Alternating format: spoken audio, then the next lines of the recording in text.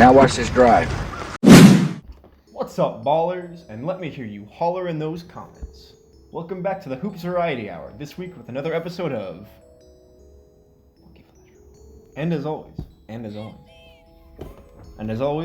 we have our trusty wizard mug.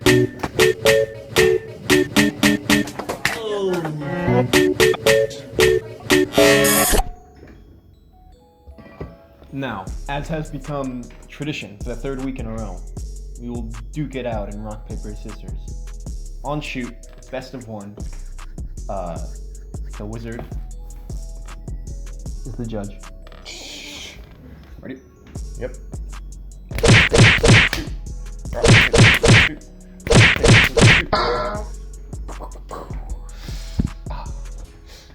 This guy cheats. I know he does. High level gameplay right there. Alright. Our first comment today is a user submitted comment that comes at us from Evil. And Evil asks, what is the most underrated Olympic sport? Bonus points for naming both a summer and winter Olympic sport. Yeah. So I actually have two answers for this question. Well, three, I guess, because I'm choosing a winter sport too. So, doubles figure ice skating, first of all, for winter sport. I don't know how underrated that one is, but it's always one I love to tune into. Yeah, ice skating is always really interesting. No, it really is. It's like this really skill-based sport that's really interesting to watch, but I feel like it's only really cared about once every 4 years. I guess, yeah. I don't know. Something about the like single ice skating is pretty fun, or singles ice skating is pretty fun. But something about the doubles really does it for me. In the summer though, there's two events you always got to tune in for. One, synchronized diving. I think you're gonna start to notice a theme here. The diving, actually kind of nice. It's kind of fun to watch. Synchronized diving is really intense because you can, like, the judges are also really into it, and when anyone makes the slightest mistake, you just feel like, oh, and they didn't quite get the rotation on that third twirl. I don't know. It's just really good. And then I'm about to get exposed because I don't actually know what the third sport is that I'm thinking of. But it's the one where it's like indoor biking on that kind of really slanted hill. And what it is since it's a slanted kind of track and you're always going in a pretty small circle, you're basically always descending, and the bikes have weighted tires, so you end up going like 100+ miles an hour. Yeah, I forget what that's called, but we'll put it in the right. I know exactly what you're talking about, but they get they go super fast. No, and it's honestly, crazy it's kind of dangerous. Yeah, the crashes are gnarly. They are. No, that's a really fun one. Once again, I'll be right there. You guys should check it out when and if the Olympics ever happen again. Yeah. What about you? For me, winter curling, of course.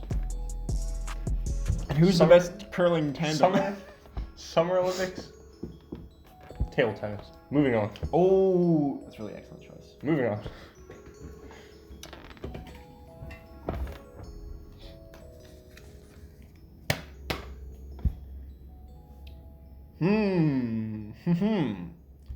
Which Smash character is most likely to be a stand user? And which one is most likely to be a stand from JoJo's? And this is a user-submitted question from Jonathan Joestar. I was hoping I'd get this question. Because, clearly, the stand user is Joker. Because he has a stand. What's up? I feel like we gotta cut Joker out of this question. Because he's, like, inspired from JoJo's. Well, yes. So, we'll say him for the first part.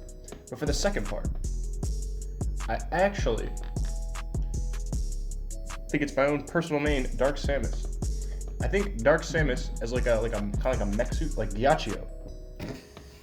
The boy. Oh. Like a stand suit, like when you stand suit up, you get the suit. You know what I'm saying? I do. Like that could be on like Sekko. That could be on like any character, too, right?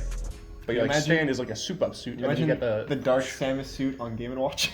Oh, filthy. Bizarre, dude. Unbelievable. You'd have to really size up for that, but you know. Well, I'm gonna go with a meme answer. Hopefully we can find this picture. We'll put it in. But it's the stand user is Lucas, And the stand is Mewtwo. Interesting. I think you'll understand why once you see the picture. Okay. Next question. He's really in there. Oh, this is an extra thick one. Oh, I don't know what this one is. And this one comes to you from our fan, Bobby Bavacqua. And Bobby asks, if darker colors weigh more than lighter colors, why is a void black? Why is the absence of color dark? Why is it that when all wavelengths of light are visible, why is it that when all the wavelengths of visible light are combined, it is white light? Don't throw it away. Don't throw it away. I need to read it. I need to read it. This is a tough question, folks. Get into some serious physics knowledge here. How well does Cole know his physics?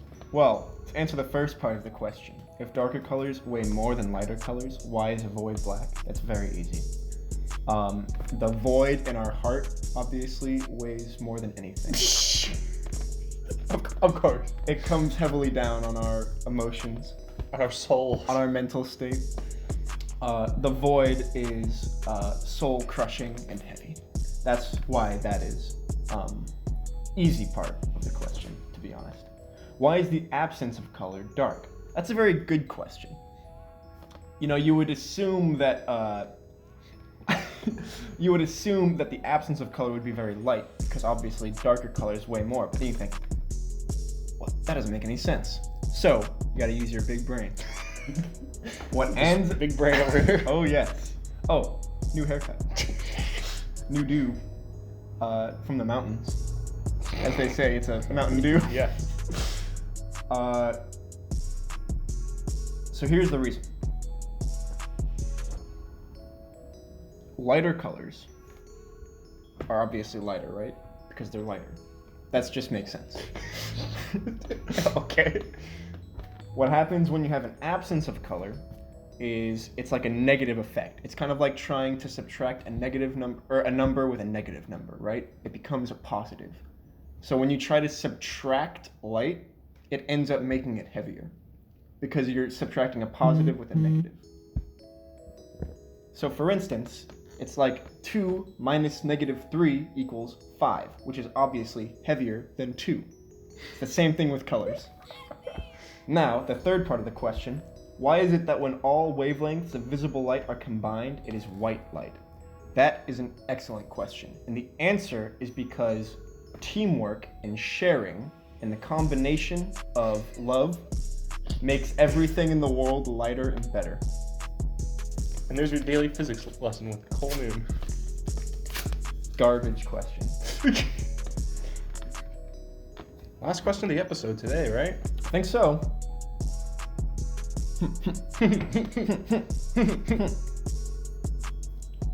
Oh, and it's a real good one from Master Fighter 28.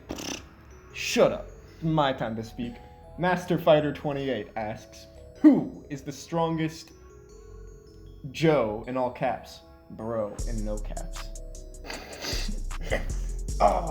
Well, who do we consider JoBro? Like, is Abdul a JoBro? Probably. I think I consider him a JoBro. All the Stardust Crusaders are JoBros then? Yeah. Probably the whole gang, the whole Mario Warriors. Yeah. Okay. I think I have to consider them all. All right. Unfortunately, you get into, part 1 and part 2 and well, they're just weak. They're weak little sad boys. Except for Speedwagon. Who's that's the thing. What do you consider like strength? Is it what they do like individually with their power, or is it like Speedwagon's cunning and business? So I think there are 4 contenders here. I think the first contender is Bruno Bucciarati. That's an excellent choice. Who is probably who has done the most on this list, I think. Yeah. He's shown that he can win the most fights, he can fight against top tier enemies and do some serious work. 1v2 as well. Exactly. Bruno is definitely the smartest out of all these people. Super cunning. The only one who even tried to fight King Crimson and was somewhat successful. Exactly. That gets Bruno on this list. Second, is a character from Part 4. And that would be your boy. I'm blanking on his name. Okuyasu? Okuyasu. I saw this coming. Okuyasu is unfortunately not the brightest bulb, but Not bright. but he has Bookmark. probably the strongest stand. He's Rohan, a JoBro. Can you say that when he hates Josuke so much? That's getting in, I don't know. That's tough. That is tough. Maybe. Okay, go on. But I actually think Okuyasu has the strongest stand out of all the people that I'm gonna name. The hand is actually one of the stronger stands I think we see in the series. It can do a lot, he just doesn't show it. I mean, realistically, he can swipe at you and scrape your whole being off of, like, their current realm. And, Technically, you know, were we talking about this? That it's like a healing power? Because Yeah. if you have an injury, you can just swipe it and then it's like, my hand's a little shorter or whatever. Yeah, it's that. I mean, you can just swipe away a random space and, like, bring stuff closer to you. You can... It's just gonna do a lot, you know? Yeah, he doesn't show it, though, so that... It does a lot that's more than we subtraction. can even think about because he didn't, like... Because he's trash. Exactly. He's trash. The third candidate, who is definitely... I just gotta put this man on here because he is the essence of JoBro, and it's Caesar. Wow, that's a dark horse candidate. Caesar is just... He's the essence of a JoBro. He's just... He gave his life for your boy, Joseph. He is dedicated to the team. Well, did he though? Because from what I remember, in part 2, they had like a big argument, and then he went off to go fight Wamu by himself, and then he died. And it was like only after then that Joseph was like, we should go help him. Well, he did die, but he also left his scarf in the little. That's true. ring. That's He true. spent The last that- of his Hamon energy. Exactly. I actually just watched that the other day. Nice.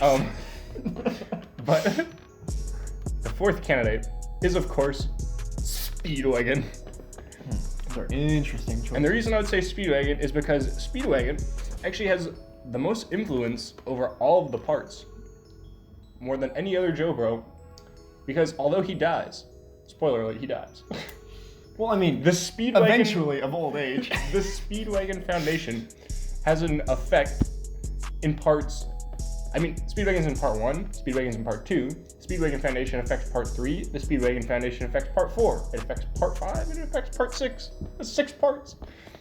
I don't think any other JoBro can say that they've affected as many parts as Speedwagon has. And Speedwagon also, No, definitely not. I know I made the argument for Caesar being very loyal to Joseph, but Speedwagon has been loyal to the Joestar family since the beginning. He is the OG. It's true. And it, like, rewatching part 1 recently, he goes from 0 to 100 in like a second. He Yes. knows this guy for I know. like an hour, and then He all comes of a at him. sudden- He comes at him, and he's like, "I'm gonna mess you up." And then he's like, "Oh, this guy's a man, gentleman." This man is the pinnacle of all men. I need to follow him to the death. He's the best." I'm gonna throw in one more candidate as like a honorable mention because I want to. Okay. Gyro. Unfortunately, all I you haven't read part 7 Yes. yet, so I can't speak to that one. I I also like to throw in Polnareff as being another sick JoBro. he's not even the strongest. No, Because he gets beaten by Abdul. Yeah. That's the first but thing that I just love Polnareff. Polnareff's Me sick. too. Me too. But I'm just gonna throw those all out the window, and I'm gonna go with Speedwagon. Because Speedwagon's the G. Speedwagon. Honestly, for me, I think it's between Bucciarati and Gyro. I said that really quietly. But Speedwagon wins. yeah, Speedwagon is pretty goated. All right. And that wraps up. Speedwagon, Jordan, Wayne Gretzky. Yes. That wraps up this week's episode of Funky Flash Friday. Remember to leave your questions for next week. Thanks for tuning in. You just broke that.